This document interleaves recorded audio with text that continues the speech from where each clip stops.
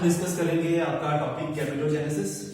So genesis means formation and gameto means gametes, means formation of gametes.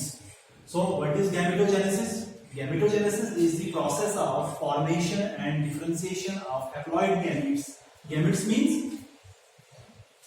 haploid gametes from the diploid primary germ cells, gametogonia, present in the primary sex organs called gonads. ठीक है, gonads जो है वो testis होंगे mails में और ovaries जो होगी वो फीमेल्स में होंगी। ठीक है, so and gametes means sperms in case of males and egg in case of females.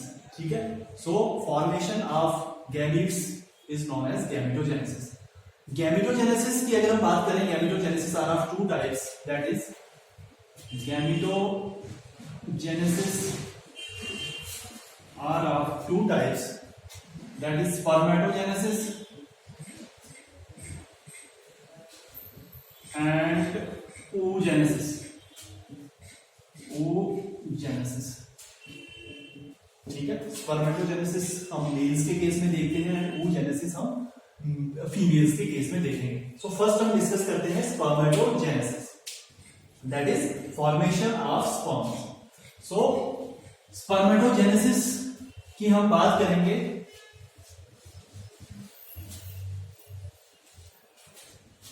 थोड़ा सा हम देखते हैं related with this spermatogenesis. Organisms are classified into three classes on the basis of testis and their testicular cycle, where it takes place. हमारे पास कुछ होते हैं seasonal breeders,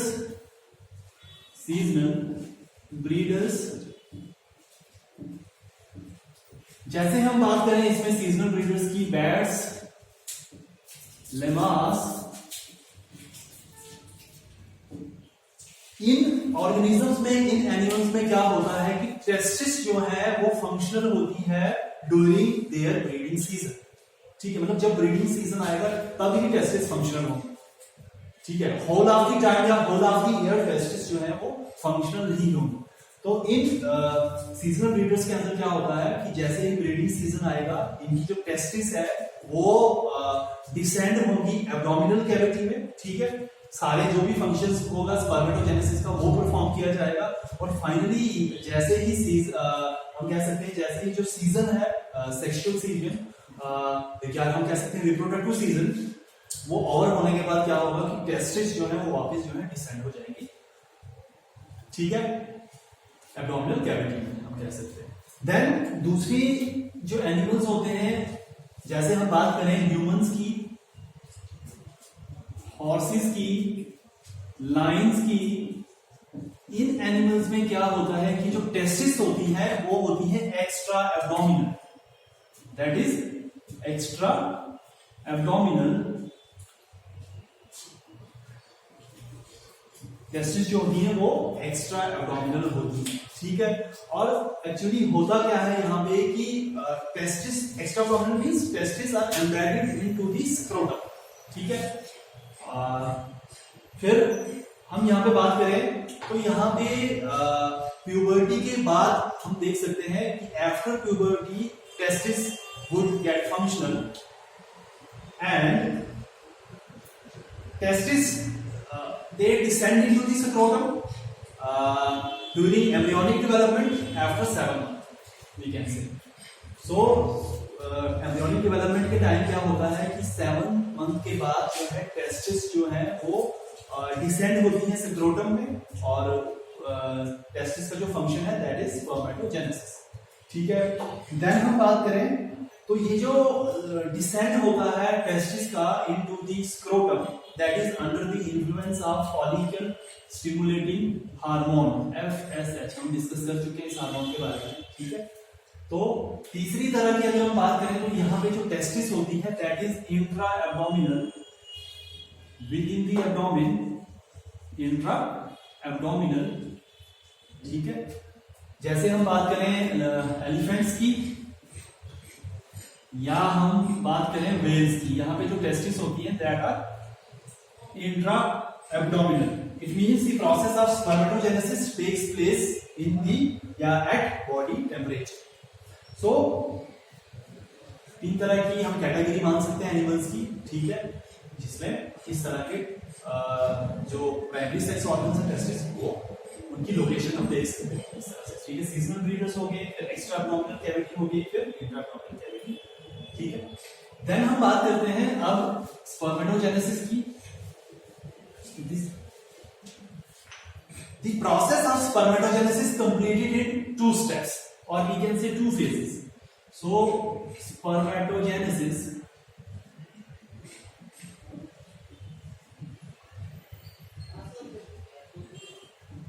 this process gets completed into 2 steps. That is, first is formation of spermatid.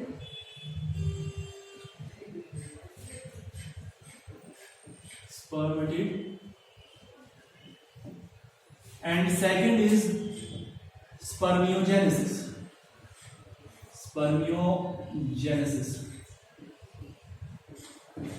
ठीक है। Actually spermatogenesis की बात करें तो स्पर्मेटोजेनेसिस जो है that is takes place in the seminiferous tubules, ठीक है। यहां पे क्या होता है कि फॉर्मेशन ऑफ स्पर्मेटिड की अगर हम बात करें, दिस फॉर्मेशन ऑफ स्पर्मेटिड ये अगेन डिवाइड होगा सब फेजेस में। Formation of spermatid means spermatogenesis में सबसे पहले स्पर्मेटिड्स बनेंगे, सर्कुलर इमोटाइल स्ट्रक्चर्स बनते हैं, उनको हम कहते हैं फॉर्मेशन ऑफ स्पर्मेटिड, मतलब स्पर्मेटिड्स की फॉर्मेशन होगा। एंड दिस स्टेप और we can say formation of spermatid is further divided into 3 sub phases, that is multiplicative phase, multiplication phase हम कह सकते हैं, सेकेंड इज ग्रोथ फेज,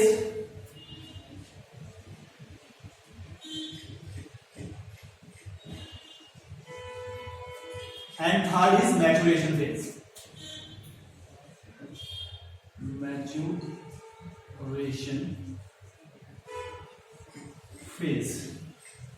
ठीक है। and then spermiogenesis means these spermatids they get changed into mature sperm, we can say. So spermiogenesis is spermatid changes into sperm. Spermatid changes into sperm. This is known as spermiogenesis, and this takes place in about 74 days. This process completed in 74 days. ठीक है। Spermatid. Then we can say the process of spermatogenesis is taking place in the seminiferous tubules under the influence of sex hormone that is testosterone.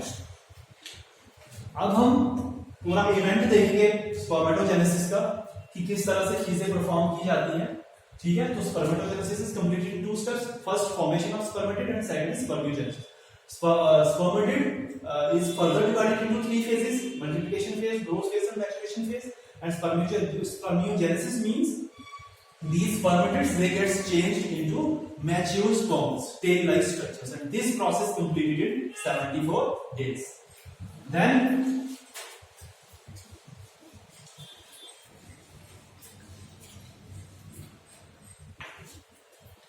this process and spermatogenesis they takes place in seminiferous tubules, and we know the seminiferous tubules are lined with germinal epithelium, and germinal epithelium is made up of 2 cells, that is germ cells and sertolin cells, ठीक है। और यहाँ पे हम देखेंगे कि जो germ cells होंगे उनमें meiosis होगी, and we know meiosis is a reduction in division, ठीक है। और यहाँ पे meiosis step जो है परफॉर्म किया जाएगा, और उसके बाद क्या होगा कि हमारे पास हैप्लॉइड गैमेट्स हमें देखने को मिलेंगे, ठीक है, formation of haploid gametes. So first क्या होगा कि ये हमारी देखेंगे हम कि इस तरह से हमने देखा था मेल गैमेट्स में, मेल रिप्रोडक्टिव सिस्टम में, कि सेमिनिफेरस ट्यूब्यूल जो है इस तरह से इसमें जर्माइनल एपिथेलियम लेयर हमने देखी थी, और ये जर्माइनल एपिथेलियम सेल्स, जर्माइनल एपिथेलियम, और इन जर्माइनल एपिथेलियम सेल जो है किसके बने हैं, जर्म सेल्स के। मान लो इस जर्म सेल की अगर हम बात करें तो ये जो जर्म सेल है फर्स्ट क्या होगा कि इस जर्म सेल में माइटोसिस होगी, ठीक है, और जैसे ही जर्म सेल में माइटोसिस इवेंट परफॉर्म किया जाएगा तो ये सेल जो है they get divides into two cells, ठीक है। एक जर्म सेल जो है वो अब डिवाइड हो चुका है दो सेल्स में, क्योंकि यहां पे माइटोसिस हुई है, ठीक है।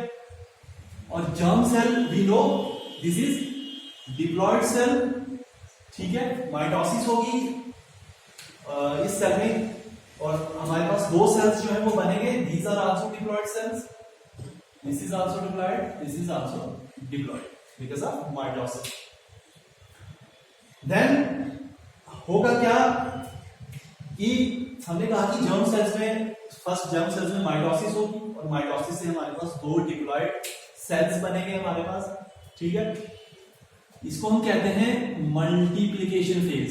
सो फर्स्ट वी नो, हम कह सकते हैं कि this is formation of spermatid, formation of spermatid, और फॉर्मेशन ऑफ स्पर्मेटिड में जो पहला इवेंट होगा that is multiplication phase.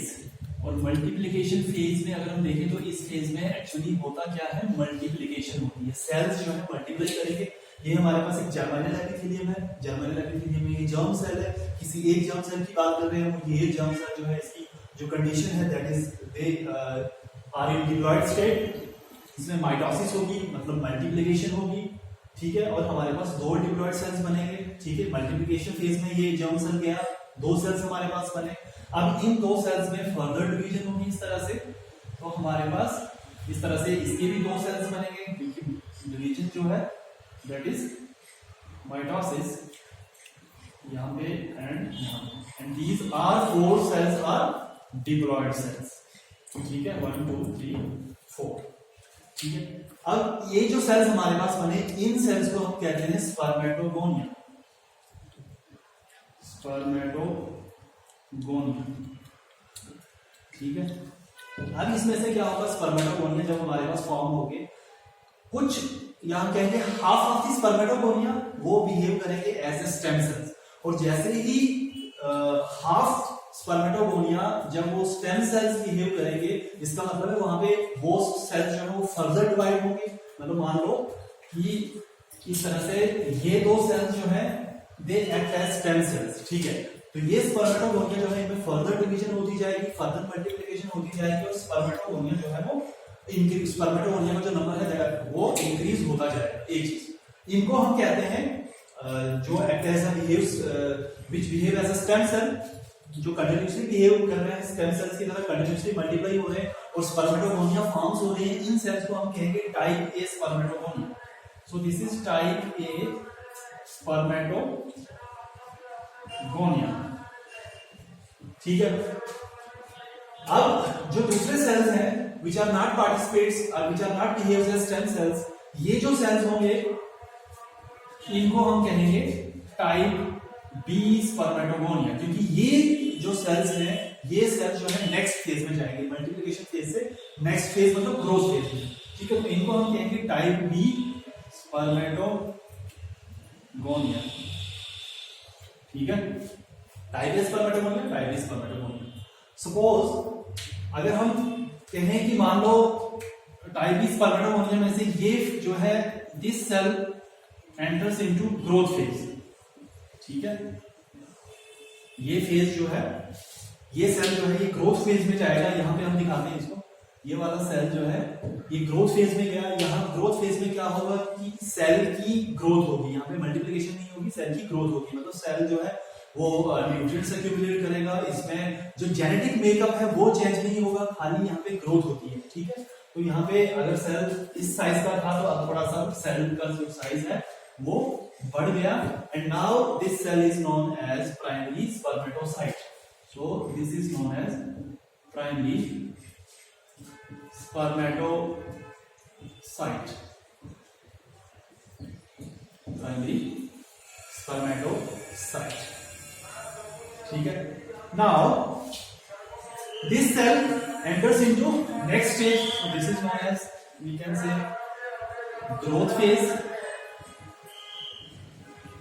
and now this primary spermatocyte, they enter into the next phase, that is maturation phase.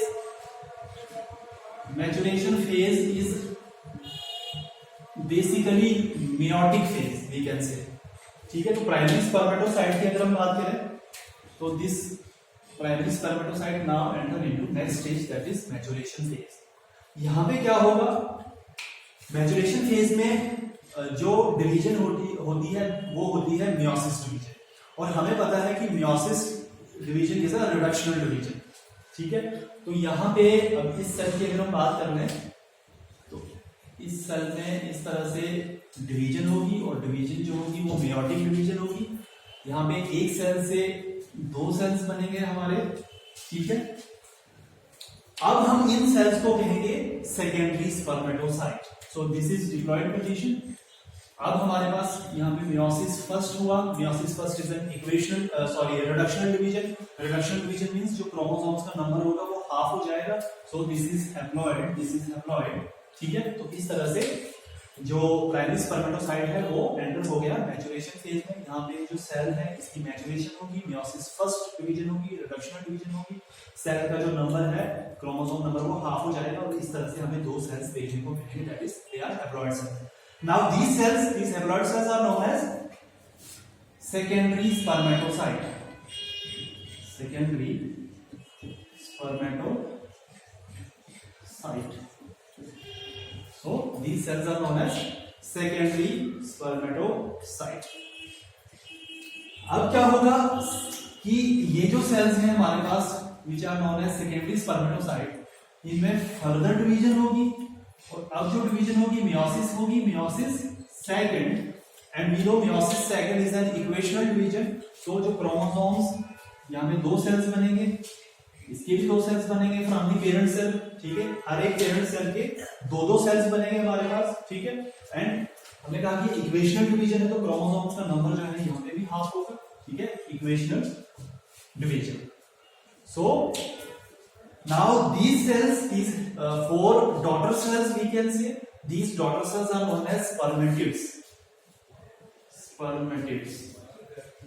These spermatids are circular like structure, immotile structure.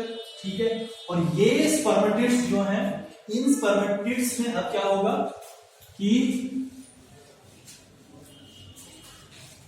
इस तरह से हमारे पास जो है वो फोर स्पर्मेटिड्स हमें देखने को मिलेंगे, four daughter cells, and they are haploid. अब इसमें एक प्रोसेस परफॉर्म किया जाएगा या एक इवेंट परफॉर्म किया जाएगा. इन सेल्स में क्या होता है, spermiogenesis. These are spermatids, basically they are circular immotile structure. ठीक है, इसमें स्पर्मियोजेनेसिस होगा, और now we can see these four mature, और we can say motile sperms. ठीक है, सो दिस इज स्पर्मेटोजेनेसिस. अब हम इस चीज को देखेंगे कि स्पर्मेटिड्स के जो हमारे पास स्पर्म्स बने, दीज आर स्पर्म्स, क्योंकि sperms, they spermatids not look like sperms, they are just oval structures, spherical structures and immotile structures. अब इसमें स्पर्मियोजेनेसिस होगी तो हमारे पास जो है वो मोटाइल स्पर्म्स हमें देखने को मिलेंगे. अब ये जो प्रोसेस है स्पर्मेटिड्स से स्पर्म्स बनने का, अब हम इसकी बात करेंगे तो इसमें क्या होता है कि इसमें बहुत सारी चेंजेस देखने को मिलती है spermatids to sperms. So that changes we can see here. So what are those changes during spermiogenesis? Changes during spermiogenesis. First change is condensation of nucleus. Condensation of nucleus. Here, the nucleus is going to condensed by losing mRNA and acidic proteins, and we can say what remains is condensed nucleus, or we can say DNA and basic proteins. यहाँ पे जो acidic proteins होंगे और जो mRNA होगा, ठीक है, वो क्या हो जाएगा, that gets removed from it, condensed हो जाएगा और हमारे यहाँ पे जो न्यूक्लियस की पोजीशन में हमें डीएनए और बेसिक प्रोटीन्स देखने को मिलेंगे। This is known as condensation of nucleus. दूसरा जो इवेंट होगा यहाँ पे वो होगा कि जो न्यूक्लियस की शेप है, shape of nucleus also changes, shape of nucleus also changes,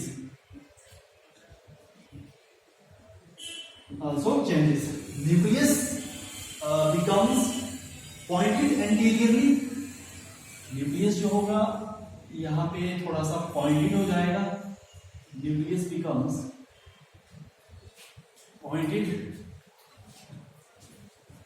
anteriorly,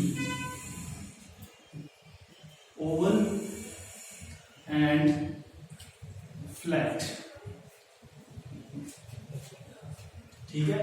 तो यहाँ पे जो दूसरी चेंज देखने को मिलेगी दैट इज न्यूक्लियस का जो स्ट्रक्चर है that is becomes anterior side से वो पॉइंटेड हो जाएगा, oval and gets flat.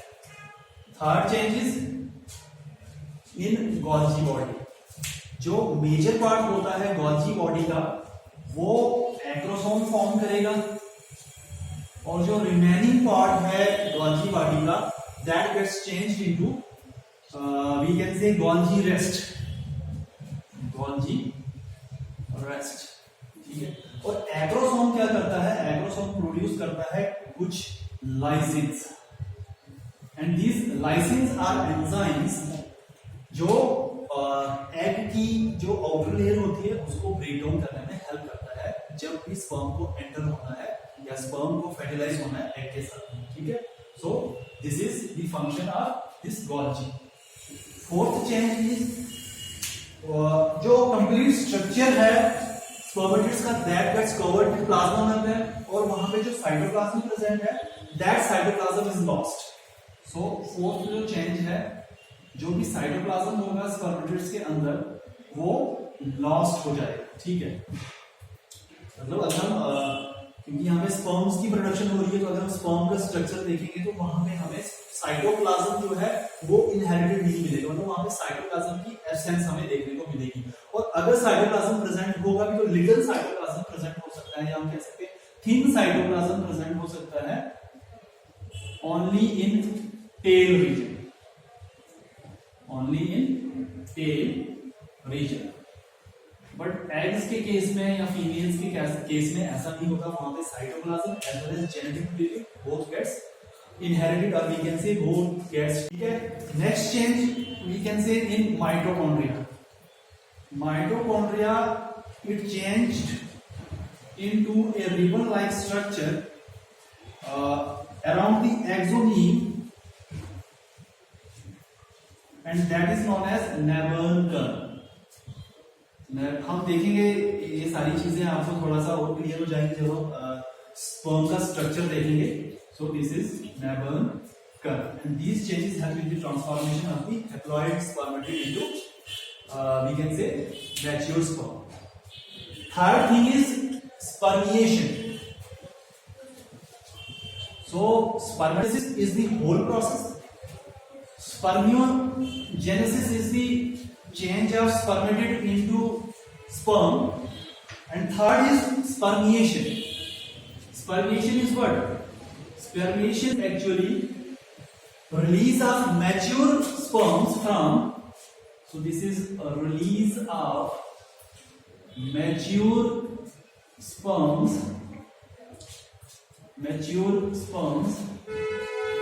from Sertoli cells,